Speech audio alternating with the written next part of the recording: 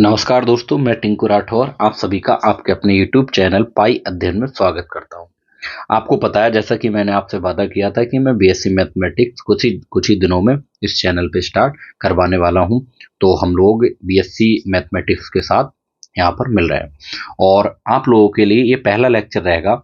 और इस second semester से स्टार्ट करेंगे, क्योंकि बच्चों की थोड़ी डिमांड थी कि सर सेकंड सेमेस्टर से स्टार्ट करा दीजिए, क्योंकि वो ज़्यादा ज़रूरी है। फर्स्ट सेमेस्टर आप कुछ दिनों में स्टार्ट करा देना। तो मैंने सोचा सेकंड सेमेस्टर से क्यों ना शुरुआत करते हैं।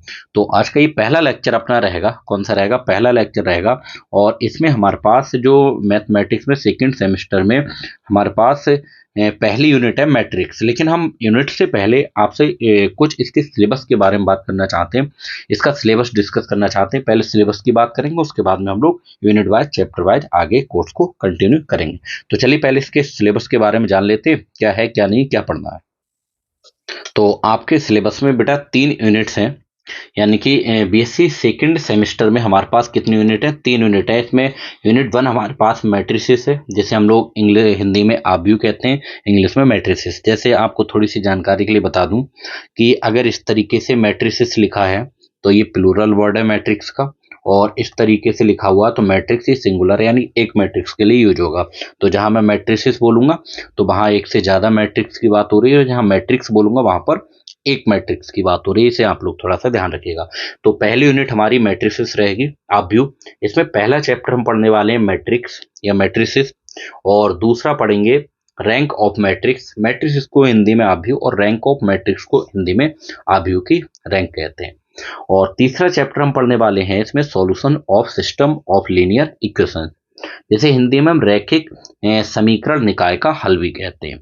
और चौथा जो चैप्टर हम पढ़ने वाले हैं इसमें वो है eigen values and eigen vectors. Hindi में इसे आइगन मान एवं आइगन सदिश कहते हैं। ठीक है, तो ये 4 चैप्टर हमारे यूनिट 1 में है। ये हम चारों चैप्टर को एक्सप्लेन करेंगे। फिर दूसरी यूनिट हमारी जो रहेगी वो डिफरेंशियल इक्वेशन रहेगी, जिसे हम हिंदी में अवकल समीकरण कहते हैं। हमने 12th क्लास में पढ़ी हुई है, लेकिन वो थोड़ा सा लेवल डाउन है, ये थोड़ा सा लेवल अप होगा। वो सारा कुछ मिलेगा पढ़ने को 12th क्लास वाला, प्लस उसके आगे का मिलेगा। इसमें पहला जो चैप्टर हमारा रहने वाला है बेटा कि differential equations of first order and first degree. 12th class की ही है, घबराना नहीं है। जैसे हिंदी में प्रथम कोटि एवं प्रथम घात का अवकल समीकरण कहते हैं। दूसरा चैप्टर हम जो पढ़ने वाले हैं यहाँ से वो differential equations of the first order but not of the first degree, यानी प्रथम कोटि का अवकल समीकरण लेकिन प्रथम घात का नहीं। ठीक है ना, यानी कि फर्स्ट ऑर्डर का तो है लेकिन फर्स्ट डिग्री का नहीं है। तीसरा जो चैप्टर हम इसमें पढ़ने वाले हैं वो ऑर्थोगोनल ट्रेजेक्टरीज पढ़ने वाले हैं, है ना, जिसे हिंदी में लंबकोणीय तिरछे वक्र कहते हैं। चौथा इसमें जो चैप्टर हम लोग पढ़ेंगे वो linear differential equations with constant coefficient, जिसे हम लोग हिंदी में क्या कहते हैं, नियत गुणांकों के रैखिक अवकल समीकरण के नाम से भी जानते हैं। इसमें पांचवा चैप्टर जो हम पढ़ने वाले हैं, पांचवा chapter homogeneous linear differential equations, जैसे हम लोग इंग्लिश, और दूसरा नाम इसका क्या है, कॉची इलर्स इक्वेशंस के नाम से भी ये चैप्टर जाना जाता है। हिंदी में इसे क्या कहते हैं, समघातीय रैखिक अवकल समीकरण या कॉची आयलर समीकरण। तो सेकंड यूनिट में ये हम लोग 5 चैप्टर पढ़ने वाले हैं, यानी कि 4 फर्स्ट में, 5 सेकंड में, यूनिट में। इसका मतलब है 9 चैप्टर यहाँ तक हो गए। और थर्ड यूनिट में हम जो पढ़ने वाले हैं, थर्ड यूनिट जो हमारी रहने वाली है वो कौन सी रहेगी, त्रिकोणमिति यानी कि ट्रिग्नोमेट्री रहने वाली है। और ट्रिग्नोमेट्री में हम लोग पहला जो चैप्टर पढ़ेंगे बेटा वो कॉम्प्लेक्स फंक्शंस या फिर इसे नंबर्स भी कहते हैं, और हिंदी में इसे क्या बोलते हैं, सम्मिश्र फलन या संख्या कह सकते हैं। दूसरा जो चैप्टर हम पढ़ने वाले हैं वो exponential trigonometric and hyperbolic functions of a complex variable, जैसे हम लोग separation into real and imaginary part, यानी कि रियल और इमेजिनरी पार्ट को अलग अलग करना सीखेंगे। हिंदी में इसे क्या कहते हैं, घातांकीय त्रिकोणमितीय और अति परवलयिक फलनों के सम्मिश्र फलन, या कह सकते हैं वास्तविक और काल्पनिक भागों के पृथक्करण, यानी कि अलग अलग करना सीखेंगे। तीसरा इसमें जो चैप्टर हम लोग पढ़ने वाले हैं बेटा, तीसरा वो लॉगरिथम्स ऑफ कॉम्प्लेक्स नंबर, जिसे हिंदी में सम्मिश्र संख्याओं के लघुगणक भी कहते हैं। चौथा जो चैप्टर हम पढ़ने वाले हैं इसमें वो inverse circular and hyperbolic functions of complex number, Hindi में इसे क्या कहते हैं, सम्मिश्र संख्याओं के प्रतिलोमवृत्तीय अति परवलयक फलन। तो ये 4 चैप्टर हम पढ़ने वाले हैं किसमें, यूनिट 3 में, यानी कि ट्रिग्नोमेट्री। तो हमारी 3 यूनिट यहाँ पर हैं। पहली यूनिट हमारे पास मैट्रिक्स, और दूसरी यूनिट है हमारे पास डिफरेंशियल इक्वेशन, और तीसरी जो यूनिट है यहाँ पर बेटा कितनी, ट्रिग्नोमेट्री। पहली में हम 4 चैप्टर पढ़ेंगे, दूसरी में 5, तीसरी में 4। तो 4 4 8 और 5 कितना, 13 चैप्टर हम यहाँ पर एक्सप्लेन करने वाले हैं। तो बेहतरीन क्वालिटी कंटेंट के साथ आपको यहाँ पर चीज़ें मिलेंगी, घबराने की जरूरत नहीं, हर चीज़ यहाँ पर एकदम बेहतरीन तरीके से मिलेगी, और कोई भी चीज़ रटाना नहीं है, हर चीज़ छोटी से लेके बड़ी तक। और एक चीज़ बता दूं यहाँ पर आप लोगों को, यहाँ पर थोड़ा कंपटीशन लेवल से पढ़ाया जाएगा, मतलब हर चीज़ पढ़ाई जाएगी, कोई भी चीज़ छोड़ी नहीं जाएगी। कोशिश करूंगा मैं उस चीज़ को हिंदी और इंग्लिश दोनों में एक्सप्लेन करूँ। तो ये हमारा आज के लेक्चर में हम लोग यूनिट 1 स्टार्ट करेंगे, और जिसका नाम है मैट्रिसेस। इसका चैप्टर 1 भी हमारे पास मैट्रिक्स ही है, और इसका आज का ये पहला लेक्चर है। अच्छा, इस यूनिट में हम पढ़ने वाले क्या क्या है वो भी थोड़ा सा यहाँ पर समझने का प्रयास करिएगा। इस यूनिट में हम पढ़ेंगे डेफिनेशन, मैट्रिक्स की डेफिनेशन क्या होती है, और मैट्रिक्स की टाइप क्या क्या होते हैं। एक चीज़ और बता दूं बेटा, ये जो मैं पढ़ा रहा हूँ, ये नोट्स चाहिए या PDF चाहिए तो हमारा एक टेलीग्राम चैनल है बेटा, कौन सा है, पाई अध्ययन टेलीग्राम चैनल है, इसे आप लोग ज्वाइन कर लीजिएगा। या किसी भी प्रकार का कोई क्वेश्चन है तो आप इस टेलीग्राम चैनल पर शेयर कर देना, उसका शाम को आपको सॉल्यूशन मिल जाएगा। कोशिश करूंगा वीडियो सॉल्यूशन मिल जाए, वरना आपको नोट टाइप में सॉल्यूशन तो जरूर मिल जाएगा, ठीक है। तो डाउट के लिए भी यहाँ पर आप अपना डाउट शेयर कर सकते हैं, और PDF पाने के लिए भी इसे ज्वाइन कर सकते हैं, जिसका लिंक आपको डिस्क्रिप्शन बॉक्स में मिल जाएगा। तो चलिए बढ़ते हैं आज के पहले टॉपिक पे, और ये रहा हमारा आज का पहला टॉपिक। हम लोग बिल्कुल बेसिक से एडवांस तक चलेंगे, ठीक है, यूनिट 1, और जिसका चैप्टर 1 हम पढ़ रहे हैं बेटा, यानी कि मैट्रिक्स आप भी जिसे कहते हैं, ठीक है ना। और इसमें पहली परिभाषा हमारी रहेगी मैट्रिक्स। मैट्रिक्स किसे कहते हैं, देखिए आ जाइए मैं आपको समझाता हूँ। पहले इंग्लिश में समझाऊंगा, फिर हिंदी में भी इसे एक्सप्लेन करूंगा, आप निश्चिंत रहिए दोनों लैंग्वेज में। देखिए हमारे पास ये है क्वेश्चन कि इसकी परिभाषा क्या होगी, the rectangular table obtained by arranging mn numbers real और इमेजिनरी, ठीक है ना। इसका ये मतलब है कि mn संख्याएं हैं हमारे पास, वो वास्तविक भी हो सकती हैं, काल्पनिक भी हो सकती हैं, और उन्हें हम क्या करेंगे, एक आयताकार सारणी में अरेंज करेंगे, यानी कि व्यवस्थित करेंगे, ठीक है। कह रहा है in m rows and n columns, ठीक है ना। m रोज का मतलब m पंक्तियों में और n स्तंभों में, यानी कि m रोज में एंड n कॉलम्स में उसे क्या करेंगे, अरेंज करेंगे। कॉल्ड कह रहा है इज कॉल्ड अ मैट्रिक्स, ठीक है, उसे फिर हम क्या कहेंगे, मैट्रिक्स कहेंगे। वो मैट्रिक्स को पढ़ेंगे कैसे करके, उस मैट्रिक्स को हम m बाई n ऑर्डर, और या कह सकते हैं m बाई n मैट्रिक्स कहते हैं, ठीक है ना। Is called m by n order या फिर m बाई n मैट्रिक्स कहते हैं। मैट्रिक्स को लिखते कैसे करके हैं, the matrix is expressed by as a equal to इतना और a इक्वल टू इतना, या फिर हम a इक्वल टू इतना, जहां i बराबर इतना और j बराबर इतना है। मतलब ये है कि mn संख्याओं, अब वो वास्तविकों या काल्पनिकों को m पंक्तियों तथा n स्तंभों में व्यवस्थित करने पर जो आयताकार सारणी प्राप्त होती है उसे m बाई n क्रम या कोटि का आव्यूह या m बाई n आव्यूह कहते हैं, ठीक है। क्लियर है, ये हमारी हिंदी परिभाषा हो गई। अच्छा, अब बात ये आती है कि ये हमारे पास जो a बराबर हमारे पास यहाँ पर दे रखा है वो है क्या, तो मैं आपको थोड़ा सा यहाँ एक्सप्लेन कर दूं, थोड़ा ध्यान देने की कोशिश करेगा। देखिए अगर मैं इसे एक्सपेंड करूं या खोलूं, इससे आव्यूह को कैसे खोलती है, तो जनरल है हमारे पास यहाँ पर क्या है, ध्यान देना थोड़ा सा। यहाँ पर अपने पास ये है बेटा, कैपिटल A इक्वल टू अपने पास है AIJ, ये है, ठीक है ना। अब इसको खोला कैसे जाता है, आप लोगों ने 12th क्लास में खोलना सीखा होगा, लेकिन फिर भी मैं यहाँ पर बताने की कोशिश करूंगा। देखिए ये तो जनरल आव्यूह है, ये इसे क्या कहते हैं, तो आप कहेंगे सर इसे जनरल आव्यूह कहते हैं, इसे क्या कहते हैं, जनरल आव्यूह कहते हैं, ठीक है ना। आ जाए, मेरी बात ध्यान दे रहा, देखिए ब्रैकेट भी ठीक से नहीं लग रही, चलिए आप समझ जाना। जनरल अगर मैंने यहाँ पर कोई एक एलिमेंट लिखा A, तो आप कहेंगे ये फर्स्ट रो में है और फर्स्ट कॉलम में है। अगर ये फर्स्ट रो फर्स्ट कॉलम में है तो फर्स्ट यानी कि 1 1 लिख सकते हैं, इसका मतलब ये एलिमेंट फर्स्ट रो में एंड फर्स्ट कॉलम में। अगर मैंने यहाँ पर कोई लिखा तो इसका मतलब ये फर्स्ट रो में है और सेकंड कॉलम में, तो इसके लिए मैं 1 2 लिख सकता हूँ। अगर यहाँ मैंने कोई एलिमेंट लिखा तो आप कहेंगे सर ये फर्स्ट रो में और थर्ड कॉलम में है, तो इसे मैं फर्स्ट यानी कि 1 3 लिख सकता हूँ। इसी तरीके से ये कहानी ऐसी चलती जाएगी चलती जाएगी चलती जाएगी। मैंने आपसे कहा मेरे पास यहाँ पर एक एलिमेंट आ गया, तो आप कहेंगे सर ये फर्स्ट रो में है लेकिन कॉलम कौन सा है पता नहीं है, तो हम इसे क्या करते थे जेथ कॉलम मान लेते हैं। कौन सा है? जेथ कॉलम में। ठीक है, इसी तरीके से ये कहानी आगे तक चलती जाएगी। यहाँ पर एक एलिमेंट और ले लिए तो आप कहेंगे सर ये फर्स्ट कॉलम में है लेकिन कौन से फर्स्ट कॉलम में है लेकिन सॉरी फर्स्ट रो में है, कॉलम कौन सा है? तो आप कहेंगे सर nth कॉलम है, तो nth लिख देंगे।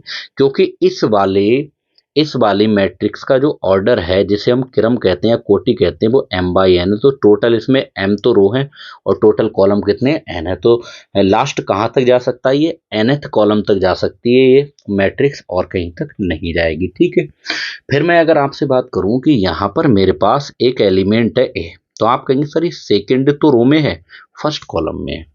यहाँ पर इसी तरीके से तो आप कहेंगे सेकेंड रो में है और सेकेंड कॉलम में है ये। फिर मैंने यहाँ पर अगर लिख दिया ए कोई एलिमेंट, तो आप कहेंगे सर ये सेकंड रो में लेकिन थर्ड कॉलम में। इसी तरीके से ये चीज चलती जाएगी। यहाँ मैंने एक एलिमेंट लिखा तो आप कहेंगे सर ये सेकंड रो में लेकिन जेथ कॉलम में।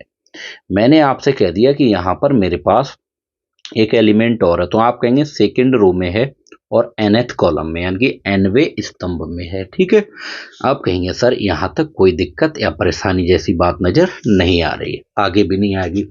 इसी तरीके से अगर मैंने यहाँ पर आपसे कह दिया कोई एलिमेंट ले लिया है, तो आप कहेंगे सर ये थर्ड रो में है और फर्स्ट कॉलम में।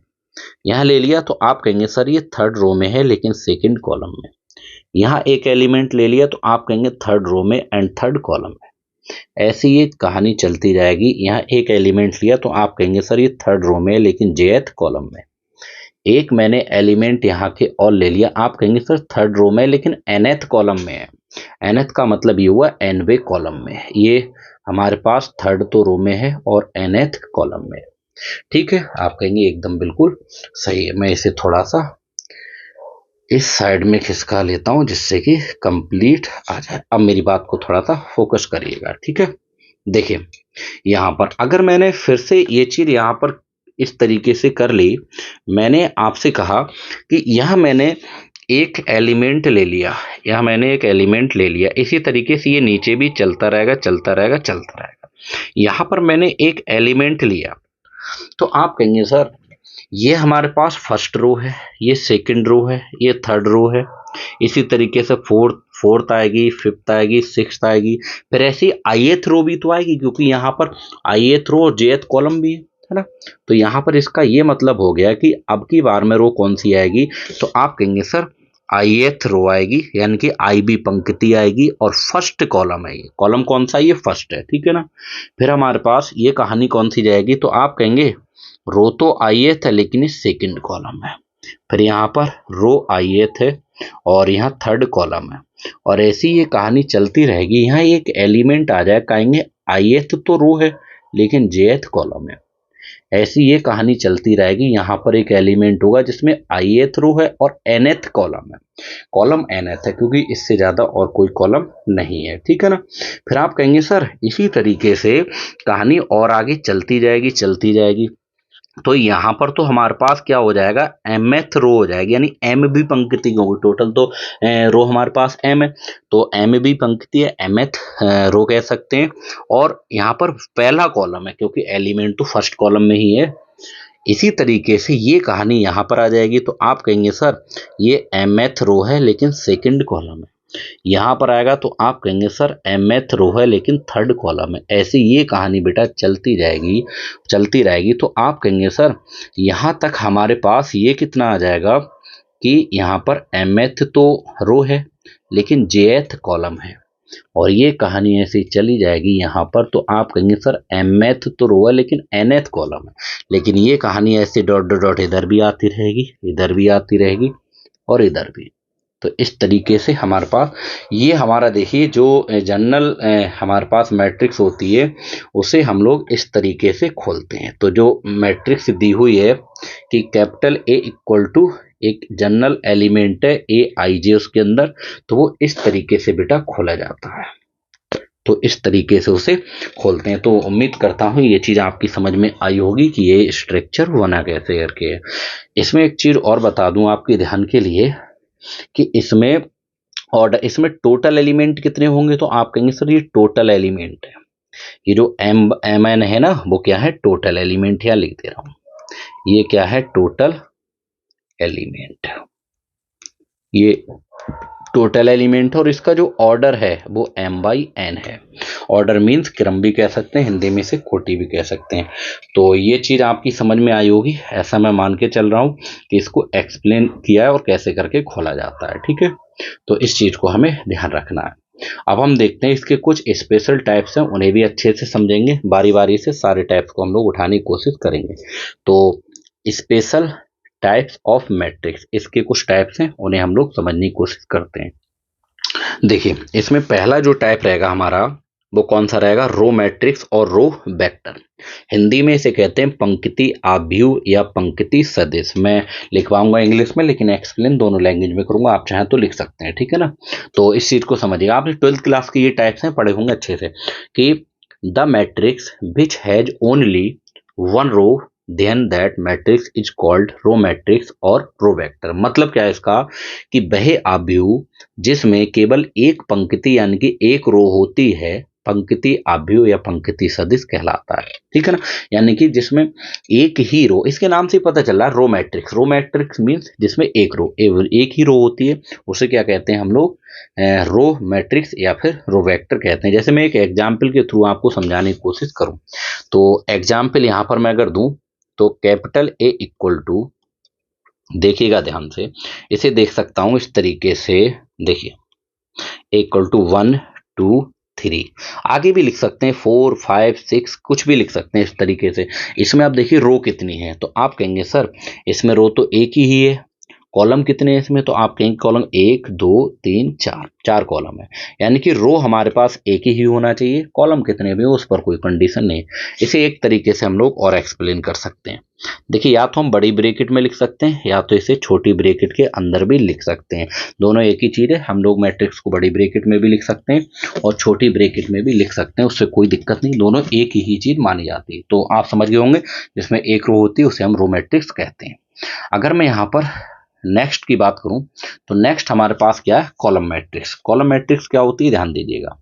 कॉलम मैट्रिक्स कह दो या कॉलम वेक्टर, हिंदी में इसे क्या बोलते हैं, स्तंभाव्यूह या स्तंभ सदिश बोलते हैं। The matrix which has only one column then that matrix is called column matrix और कॉलम वेक्टर। नाम से पता चल गया ना इसका। कॉलम वेक्टर मीन्स होता है जिसमें एक ही कॉलम हो, जिसमें एक ही कॉलम हो। अब रो, इसमें रो पे तो कोई कंडीशन नहीं, कितनी भी हो सकती है, तो जिसमें एक कॉलम होता है उसे हम लोग कॉलम मैट्रिक्स या फिर हम कॉलम वेक्टर कहते हैं। जैसे एग्जाम्पल के द्वारा मैं समझाने की कोशिश करूं, तो एक एग्जाम्पल यहाँ पर ये ले सकते हैं 1 2 3 4 जो अभी दिया है इस तरीके से। ठीक है ना, ये इस तरीके से, ये हमारे पास क्या है, तो आप कहेंगे सर ये हमारे पास कॉलम मैट्रिक्स है, क्योंकि एक ही कॉलम है। इसको मैं एक तरीके से और लिख सकता हूं, इस तरीके से, छोटी ब्रैकेट में भी ऐसे लिख सकता हूं 1 2 3 4, इस तरीके से। ठीक है ना, तो छोटी ब्रैकेट में हम इसे एक्सप्लेन कर सकते हैं, बड़ी ब्रैकेट में भी। आगे चल के जब हम क्रमचय संचय परम्यूटेशन पढ़ेंगे ना, उसमें साइक्लिक परम्यूटेशन वगैरह, तो उसमें ये चीज यूज होगी। ठीक है, तो ये आप समझ गए, जिसमें एक कॉलम होता है उसे हम लोग कॉलम मैट्रिक्स कहते हैं। अगर मैं तीसरे टाइप की बेटा बात करूं, तो तीसरा टाइप हमारे पास ये रहेगा हॉरिजॉन्टल मैट्रिक्स। देखिए हॉरिजॉन्टल मैट्रिक्स, जिसे हम लोग हिंदी में क्षैतिज आव्यूह कहते हैं। क्या होता है, the matrix in which the number of rows is less than the number of columns, then that matrix is called horizontal matrix। मतलब वह आव्यूह, वह मैट्रिक्स जिसमें जो हमारे पास रो की संख्या होती है, यानी पंक्तियों की संख्या स्तंभों की संख्या से कम होती है, क्षैतिज आव्यूह कहते हैं। यानी कि इसमें जो रो होंगी वो कॉलम से कम होनी चाहिए। अगर रो कॉलम से कम है तो हॉरिजॉन्टल मैट्रिक्स के नाम से जानते हैं। जैसे एक एग्जांपल देके मैं समझाने की कोशिश करूंगा। यहाँ पर एग्जांपल में अगर मैं ए इक्वल टू दे दूं, यहाँ पर कितना ध्यान देने की कोशिश करिएगा, 1 2 3 4, और फिर उसके बाद में 5 6 7 8, ऐसे करके देता हूं। ठीक है, इसको मैं ऐसे भी लिख सकता हूं छोटी ब्रैकेट में भी, 1 2 3 4 5 6 7 और ये 8, ऐसे भी। तो इसमें देखिए रो जो है ना वो मतलब रो के नंबर ऑफ रो जो है वो नंबर ऑफ कॉलम से कम है या नहीं है। तो आप कहेंगे सर देखने से ही पता चल रहा है, इसमें रो कितनी है, 1 2 2 तो इसमें रो है, लेकिन कॉलम कितने हैं, 1 2 3 4, यानी कि रो कम है किससे, कॉलम से। और रो अगर कॉलम से कम होती है तो इसका मतलब वो हॉरिजॉन्टल मैट्रिक्स होती है। क्लियर है ना। तो यहाँ पर मैं ये कह सकता हूँ, ये भी लिख सकते हैं यहाँ पर कि यहाँ पर जो m है वो लेस देन n है, नहीं है, तो इसका मतलब ये हुआ कि हमारे पास हॉरिजॉन्टल मैट्रिक्स हो गई। अगर मैं चौथे टाइप की बेटा बात करूं तो चौथा टाइप अपने पास ये है वर्टिकल मैट्रिक्स, बिल्कुल अपोजिट है उसके। इसमें क्या होगा, उसमें रो कम होती हैं, number of rose less than number of columns. इसमें क्या होगा, number of columns less than number of रोज, यानी कि इसमें कॉलम कम होंगे रो ज्यादा होंगे। कैसे समझिएगा, वर्टिकल मैट्रिक्स को हम लोग हिंदी में ऊर्ध्वाधर आव्यूह कहते हैं। ठीक है, क्या होता है, the matrix in which the number of rose is more than the number of columns, then that matrix is called vertical matrix। देखिए मैंने यहाँ क्या कहा है, यहाँ पर जो रो है वो कॉलम से ज्यादा है। आप ये यहाँ ऐसे भी लिख सकते हो, जैसे यहाँ पर मैंने लिखा कि the number of rose is more than लिखा, आप यहाँ पर ये लिख सकते थे कि the number of columns is less than number of रोज।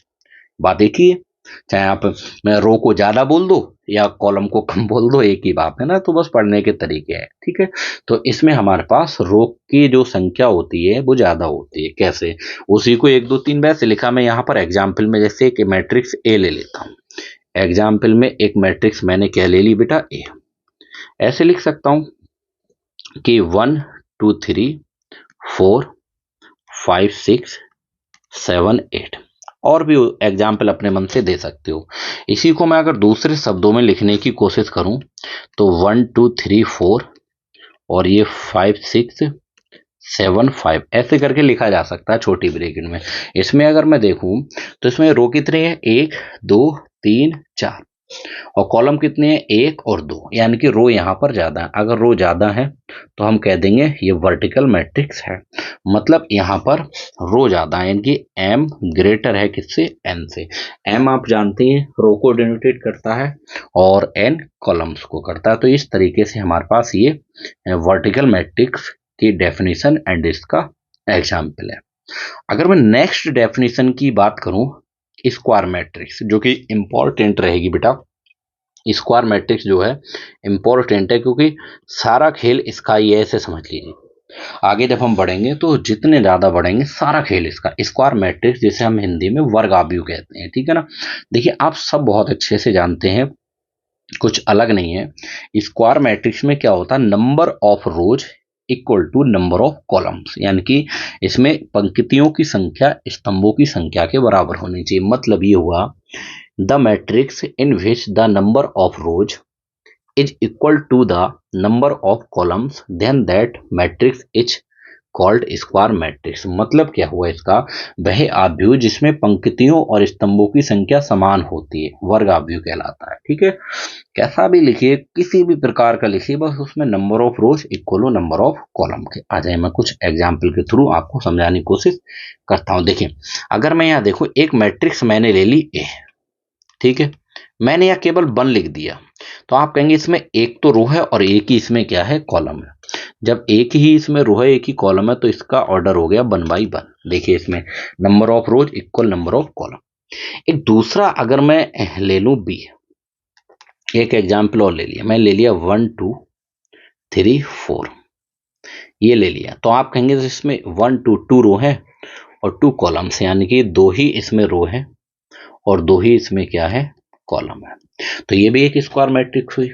मैंने एक एग्जाम्पल और ले लिया सी इक्वल, अगर मैं खाली 0 ले लूं इसमें तो बताइए क्या ये स्क्वायर मैट्रिक्स नहीं है। आप कहेंगे सर ये भी स्क्वायर मैट्रिक्स है, 1 रो है 1 कॉलम है। एक और ले लेता हूं डी, क्योंकि आपको पता है मैट्रिक्स को इंग्लिश अल्फाबेट के कैपिटल लेटर से डिनोटेट करते हैं। अगर मैं आपसे कह दूं 0 0 जीरो जीरो, क्या ये नहीं है? तो आप कहेंगे सर ये भी, क्योंकि 2 रोज हैं इसमें 2 ही कॉलम्स है, ये भी स्क्वायर मैट्रिक्स है, ये स्क्वायर मैट्रिक्स है, जीरो मैट्रिक्स भी आगे जाके मिलेगी पढ़ने को आपको। मैंने एक एग्जाम्पल और ले लिया ई, बहुत सारे एग्जाम्पल ले सकते हैं, ये ले लिया मैंने, आपसे कह दिया कि 1 2 3 और ये 4 5 6, फिर ये 7 कुछ ज्यादा ही छोटा नहीं हो गया भाई ये? चलिए इसे थोड़ा सा बड़ा लिखता हूं मैं। देखिए क्या हो जाएगा, 1 2 3 4 5 6 और ये 7 8 9। इसमें मैंने आपसे कहा तो आप कहेंगे 3 तो इसमें रो है, 3 इसमें क्या है, कॉलम, मतलब ये भी एक स्क्वायर मैट्रिक्स है। कुल मिला के ये कह सकते हैं स्क्वायर मैट्रिक्स वही होती है जिसमें number of columns equal to number of columns, ठीक, रोज, ठीक है, क्लियर। तो ये हमारी डेफिनेशन है। अगर मैं नेक्स्ट डेफिनेशन के ऊपर बढ़ूं तो नेक्स्ट से पहले मुझे इसमें कोई एक छोटी सी डेफिनेशन मुझे समझनी पड़ेगी, तभी मैं आगे की चीजों को समझ पाऊंगा। जैसे इस टॉपिक को समझना इम्पोर्टेंट है बेटा, क्योंकि आगे की टाइप्स हम तभी समझ पाएंगे जब हम पहले इसके बारे में जानते हो कि लीडिंग डायगोनल इसे हम बोल सकते हैं, लीडिंग डायगोनल और प्रिंसिपल डायगोनल। आप चाहे इसे लीडिंग डायगोनल बोलिए चाहे प्रिंसिपल डायगोनल, क्या होता है समझिएगा। हिंदी में से क्या कहते हैं बेटा, मुख्य विकर्ण कहते हैं, मुख्य विकर्ण। In a square matrix the point from the upper left end to the lower right hand end is called the main diagonal. Main diagonal कह दो या प्रिंसिपल डायगोनल कह दो या लीडिंग डायगोनल, एक ही बात होती है। मतलब मैंने यहाँ पर क्या कह दिया इंग्लिश में समझिएगा। मैंने कहा किसी वर्ग आव्यूह में बाएं हाथ के ऊपरी सिरे से दाएं हाथ के निचले सिरे को मुख्य विकर्ण कहते हैं, यानी कि मेन डायगोनल कहते हैं। आ जाइए मैं यहाँ पर समझाने का प्रयास करता हूँ, समझिएगा ध्यान से। देखिए यहाँ पर अगर मैं देखूं, मैंने कहा कि in a square matrix the point from the upper left, upper left का मतलब ये हो गया कि मतलब बाएं हाथ के ऊपरी सिरे, यानी कि बाएं हाथ का ऊपरी सिरा बेटा ये हो गया, बाएं हाथ का ऊपरी सिरा, ठीक है। आप कहेंगे ठीक है सर हो गया। उसके बाद में अगर बात आती है, उसके बाद में क्या चीज है, कह रहा है अपर लेफ्ट एंड, एंड मतलब to the lower right hand, ठीक है ना। उसके बाद में दाएं हाथ के निचले सिरे, दाएं हाथ का निचला सिरा ये हो गया। तो आप कहेंगे सर ये भी बात बिल्कुल सही है। कह रहा है इसको हम क्या कहते हैं, मेन डायगोनल कहते हैं या प्रिंसिपल दे, यानी कुल मिलाकर मैं ये कहने की कोशिश कर रहा हूँ इस वाले डायगोनल को। यहाँ आपकी समझ में आता होगा, ये जो डायगोनल है इसी को हम लोग क्या कहते हैं बेटा, प्रिंसिपल डायगोनल कहते हैं, यानी कि लीडिंग डायगोनल भी कहते हैं, मेन डायगोनल या मुख्य विकर्ण कहते हैं, ठीक है। आ जाए मैं थोड़ा सा और हाईलाइट करके यहाँ पर दिखाने की कोशिश कर, ये हमारे पास मुख्य विकर्ण होता है बेटा, मेन डायगोनल होता है ये वाला, ये इसका क्या होता है, तो मैं एरो लगा के दिखाने की कोशिश कर रहा हूं बेटा। इसे हम लोग लीडिंग डायगोनल कहते हैं, क्या कहते हैं, लीडिंग डायगोनल, लीडिंग डायगोनल, ठीक है ना, लीडिंग डायगोनल कहते हैं इसी को। D1 D2 इसके जो है इसके एलिमेंट्स हैं। अगर मैं दूसरे की बात करूं ये क्या होता है, तो इसको भी थोड़ा सा समझिए। ये वाला कौन सा डायगोनल होता है, तो देखिएगा ये वाला जो है बेटा इसे हम लोग फॉलोइंग डायगोनल कहते हैं। इसको हम लोग क्या कहते हैं, फॉलोइंग डायगोनल कहते हैं, ध्यान रखिएगा। इसको हम लोग फॉलोइंग डायगोनल कहते हैं, डायगोनल, ये फॉलोइंग डायगोनल होता है, तो इसको थोड़ा आपको ध्यान देना है। अच्छा इसमें हमारे पास जो ये डायगोनल्स होते हैं ना, इनमें जो D1 D2 D3 जो दिख रहे हैं हमारे पास बेटा, D1 D2 D3 दिख रहे हैं, ये क्या है, ये आर द डायगोनल्स एलिमेंट। इनको हम डायगोनल्स एलिमेंट कहते हैं, किन्हें, जो हमारे पास ये D1 D2 D3 ये दिख रहे हैं, इन्हें हम लोग बोलते हैं डायगोनल के एलिमेंट बोलते हैं। अच्छा इसमें एक हमें ध्यान रखने वाली बात ये है बेटा, इसमें नोट कि diagonals are only of square matrix. मतलब इसका ये हुआ कि जो डायगोनल्स होते हैं, जो विकर्ण होते हैं, मुख्य विकर्ण, वो केवल और केवल स्क्वायर मैट्रिक्स के ही होते हैं और किसी मैट्रिक्स के नहीं होते। यानी कि जो हमारे पास डायगोनल्स होते हैं वो केवल और केवल स्क्वायर मैट्रिक्स के होते हैं और किसी के नहीं होते हैं, ये ध्यान रखिएगा। तो आ जाइए अब मैं अगली डेफिनेशन पे बढ़ता हूं। अगला टाइप देखिए, टाइप नंबर हमारे पास 6 जो है, जीरो और नल और वॉइड। देखिए जीरो मैट्रिक्स कहिए चाहे नल मैट्रिक्स कहिए चाहे वॉइड मैट्रिक्स कहिए, एक ही बात होती है। क्या होती है, the matrix whose every element is zero, then that matrix is called zero or void matrix. It is usually denoted by O।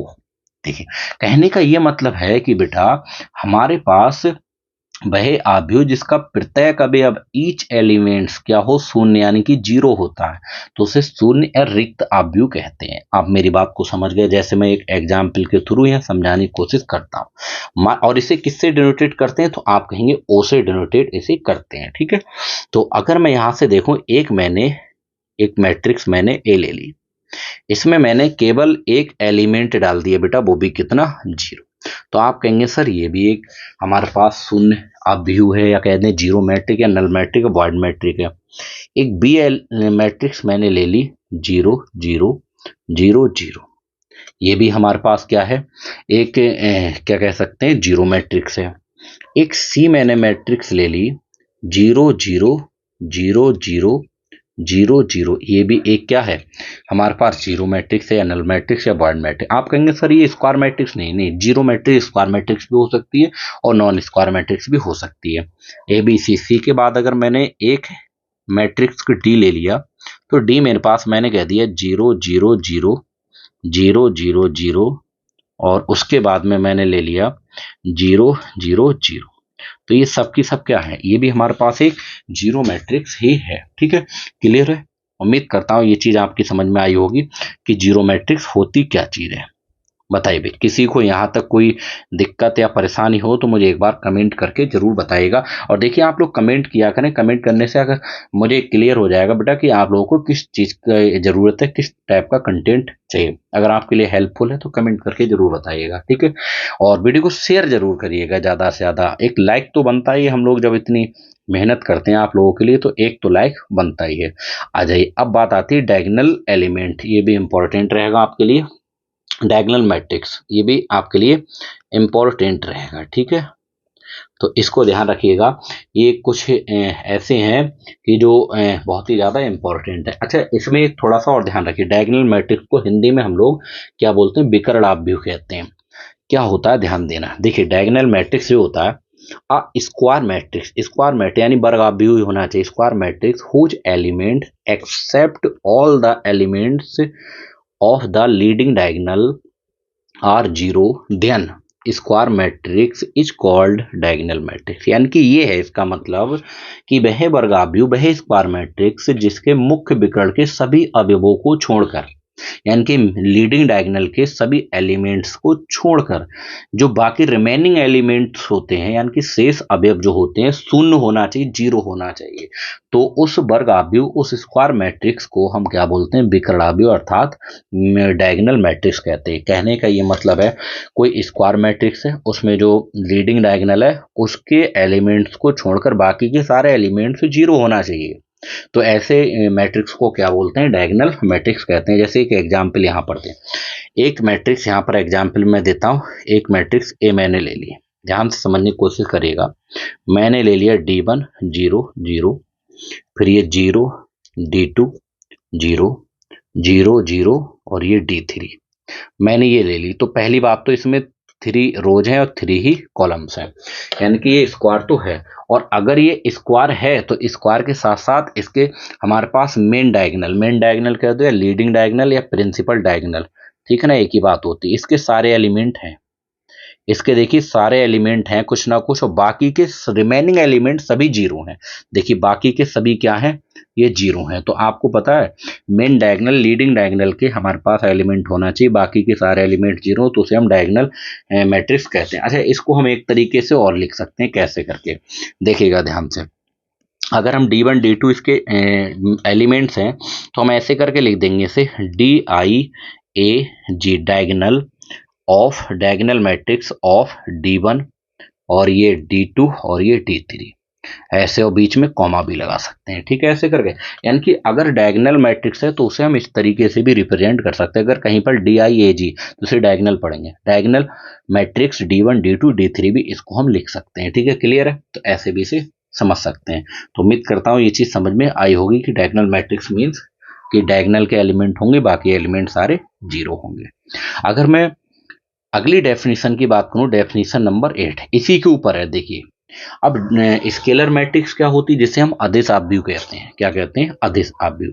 देखिए the diagonal matrix in which all the elements of the leading diagonal are equal is called scalar matrix. देखिएगा, आ जाइए, क्या मतलब है इसका कि वह विकर्ण आव्यूह, अब इसमें डायगोनल मैट्रिक्स ही होना चाहिए, स्केलर मैट्रिक्स जो होगी डायगोनल मैट्रिक्स ही होगी। वह विकर्ण आव्यूह जिसके मुख्य विकर्ण के सभी अवयव समान होते हैं अदिश आव्यूह कहलाता है। मतलब इसका यह है कि हमारे पास एक डायगोनल मैट्रिक्स होनी चाहिए, और डायगोनल मैट्रिक्स कैसी हो कि उसके लीडिंग डायगोनल के सारे एलिमेंट क्या हो, इक्वल होना चाहिए, और बाकी के सब जीरो हो, आपको पता ही है।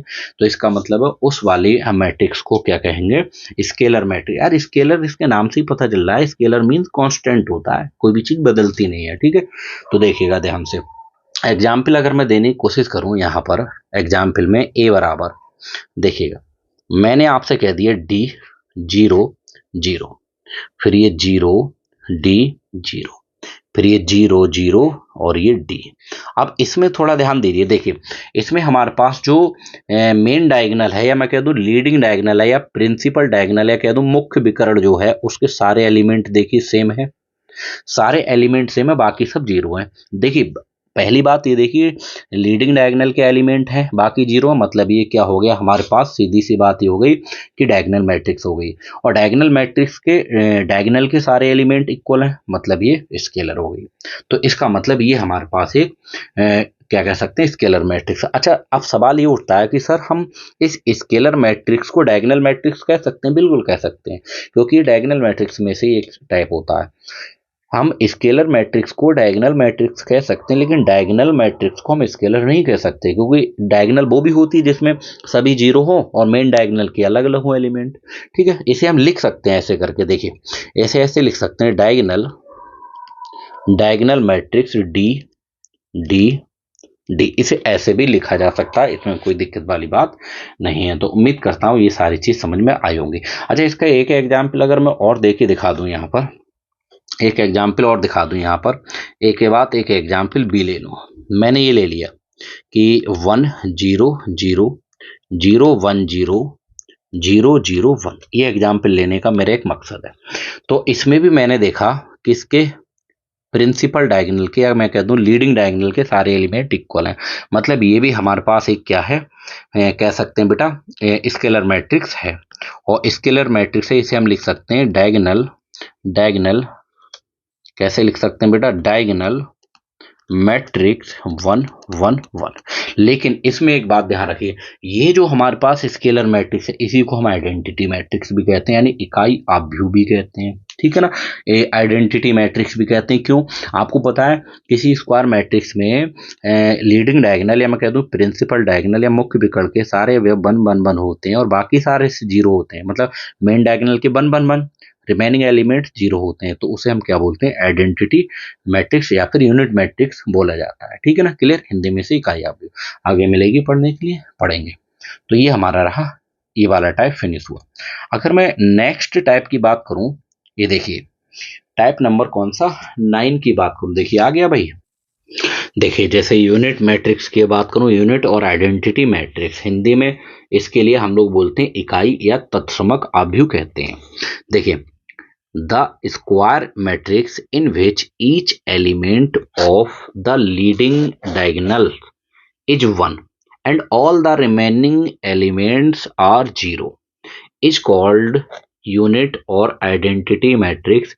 It is usually denoted by 1, मतलब आई 1 नहीं आई, ठीक है। कहने का ये मतलब है एक स्क्वायर मैट्रिक्स हो, उसको उसके लीडिंग डायगोनल के एलिमेंट्स 1 1 1 हो, रिमेनिंग एलिमेंट्स बचे हुए सारे जीरो हो, तो ऐसे मैट्रिक्स को हम लोग क्या बोलते हैं, आइडेंटिटी या यूनिट मैट्रिक्स कहते हैं, और इसे कैपिटल आई से डिनोटेट करते हैं, ठीक है ना। या मैं ये कह दूं वही स्केलर मैट्रिक्स जिसमें हमारे पास डायगोनल एलिमेंट, या मैं कह दूं लीडिंग एलिमेंट्स कैसे हो, 1 1 1 हो, उसे क्या कहते हैं, यूनिट मैट्रिक्स या आइडेंटिटी मैट्रिक्स कहते हैं। जैसे कि एग्जाम्पल के थ्रू मैं आपको बताने की कोशिश करूं, देखिए एग्जाम्पल ये है हमारा, अगर मैंने और आई से डिनोटेट करते हैं, एक आई इक्वल टू मैंने ले लिया, केवल 1 ले लिया इसके अंदर, तो इसका एक ही डायगोनल है, उसका एलिमेंट 1 है। ठीक है, तो इसमें इस आई से भी डिनोटेड कर सकते हैं, इसे आई भी बोल सकते हैं और आई 1 भी बोल सकते हैं। अगर ये 1/1 का है, 1/1 का है तो आई 1 बोल देंगे इसे। और जैसे आई इक्वल टू, देखिए बात को यहां पर ले लेता हूं 1 0 और ये 0 1। अगर मैं 1 0 0 1 इसे आई भी बोल सकता हूँ और आई 2 भी। क्यों? क्योंकि ये 2/2 ऑर्डर का है, 2/2 क्रम या कोटि का या ऑर्डर का ये कह दूं। अगर मैं यहाँ से आई इक्वल टू एक मैट्रिक्स ये ले लूं कि 1 0 0 0 1 0 0 0 1, ठीक है ना। तो ये 3/3 की है, तो 3/3 की, तो इसमें आई भी बोल सकता हूँ और आई 3 भी बोल सकता हूँ। मतलब I1 I2 I3 को हम केवल आई भी बोल सकते हैं, और अगर 1/1 का है तो I1, 2/2 का I2, 3/3 का है तो I3। इसी तरीके से अगर मैं कहूँ आपसे I4 क्या होगा, तो I4 अगर कहीं लिखा हुआ है तो इसका मतलब है इसमें 4/4 ऑर्डर की ये स्क्वायर मैट्रिक्स है, यानी कि आइडेंटिटी मैट्रिक्स भी कह सकते हैं। 1 0 0 0 0 1 0 0, फिर 0 0 1 0 0 0 0 1, ये है। ठीक है ना, ये ऐसे करके बोल सकते हैं। ठीक है, क्लियर। तो देखिए लेक्चर थोड़ा सा बड़ा हो जाएगा, तो इसलिए हम लोग इस टैब को यहीं पर फिनिश करेंगे और बाकी के टैब्स नेक्स्ट लेक्चर में मिलेंगे। आपको पर डे इवनिंग में 5 बजे लेक्चर पाई अध्ययन पे एक लेक्चर डेली मिल जाएगा। आप वहाँ से प्रॉपर अपनी स्टडी कर सकते हैं। लेकिन मैंने आपको बताया मैं 0 से पढ़ाता हूँ और एडवांस तक पढ़ाता हूँ, यानी कि जो भी कुछ भी अगर बीच में आएगा तो हम लोग कोशिश करेंगे कि उसे आपको पीछे मुड़ के देखना ना पड़े और डेली प्रैक्टिस करते रहना है। तो मिलते हैं बच्चों नेक्स्ट लेक्चर में, तब तक के लिए हम लोग यहीं पर ब्रेक करते हैं। वीडियो पसंद आए हो तो लाइक और शेयर जरूर कर दीजिएगा, अपने साथियों को बताएं। यहाँ पर बहुत एडवांस चीजें मिलेंगी, बिल्कुल एकदम बेहतरीन तरीके से। मैं कोशिश करूंगा आपके प्रीवियस ईयर के आए हुए क्वेश्चंस भी साथ ही साथ में सारे करा दूं, है ना। चलिए मिलते हैं नेक्स्ट लेक्चर में, तब तक के लिए थैंक यू, जय हिंद।